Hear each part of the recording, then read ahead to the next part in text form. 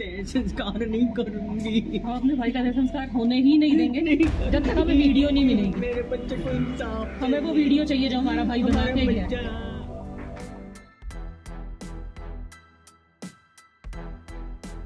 बैंगलोर के अतुल सुभाष जैसा केस दिल्ली में भी आ गया है। दिल्ली के मॉडल टाउन में रहने वाले पुनीत खुराना ने भी वही भयानक कदम उठाया जो अतुल सुभाष ने उठाया था।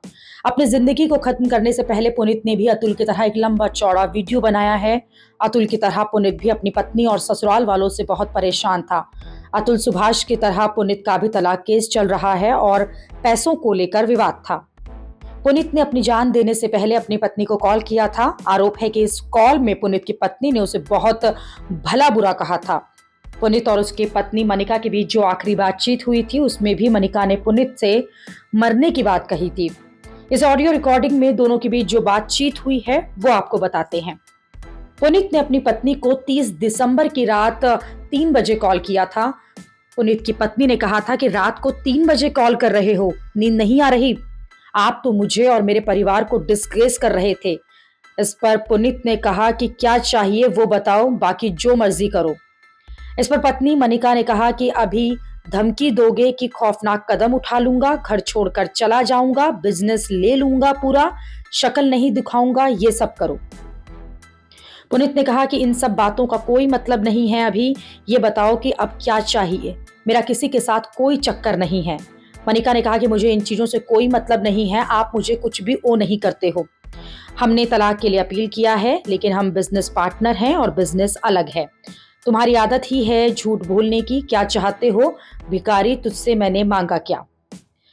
इस पर पुनीत ने कहा कि ऐसे गालियां क्यों दे रही हो? मनिका ने कहा मुझसे सीखी है तो तेरे से ही ऐसी भाषा, सामने आएगा तो चांटा भी मारूंगी, तुझे देखना ही है नहीं मुझे, लेकिन तुझे मारकर मुझे अपने हाथ गंदा नहीं करना था। पुनीत ने कहा कि मैंने कॉल किया है ताकि तुम मेरे अकाउंट्स को हैक न करो। इस पर मनिका ने कहा कि तुम सामने आने की हिम्मत ही नहीं है तो रात को 3 बजे कॉल क्यों कर रहे हो? मैंने पुनीत खुराना के अकाउंट का पासवर्ड नहीं मांगा है। इस पर पुनीत ने कहा कि मुझे कुछ नहीं चाहिए, ऐसा सब बोलकर अब हर दिन नए डिमांड किए जा रहे हैं। मनिका ने कहा मैंने तलाक के लिए आवेदन किया था, न कि बिजनेस से संबंधित कुछ। मेरे उधार तुम्हें चुकाने होंगे। तुमने कहा था कि तुम बिजनेस नहीं छोड़ोगे, तुम्हारी झूठ बोलने की आदत है। तुमने अपने मुंह से बोला है कि मैं बिजनेस नहीं छोड़ूंगा। पुनीत ने रिप्लाई किया कि ये सब बातें मायने नहीं रखती। अगर तलाक हो ही रहा है तो पार्टनर कैसा? इसके बाद पुनीत की पत्नी कहती हैं कि तुम दूसरी लड़कियों से मिलते थे, क्यों मिलते थे? इसके बाद आगे के कॉल में दोनों के बीच प्रॉपर्टी के हड़पने, तलाक और बेकरी बिजनेस को लेकर बातचीत होती है। पुनीत और मनिका की शादी साल 2016 में हुई थी। शुरू में सब कुछ ठीक चल रहा था, फिर उसके बाद विवाद शुरू हो गए। पुनीत इस दौरान अपने परिवार से अलग पत्नी के साथ भी रहा, लेकिन दोनों के बीच बात नहीं बनी। शादी के कुछ सालों में दोनों से सहमति से तलाक देने का आवेदन किया गया। पुनीत के परिवार के मुताबिक तलाक का सेटलमेंट होने वाला था। पुनीत के परिवार ने आरोप लगाया कि पुनीत के ससुराल वालों ने उसे बहुत टॉर्चर किया, जिसकी वजह से 39 साल के पुनीत ने अपनी जान दे दी। पुनीत और मनिका के बीच विवाद की अलग अलग वजह भी सामने आ रही हैं।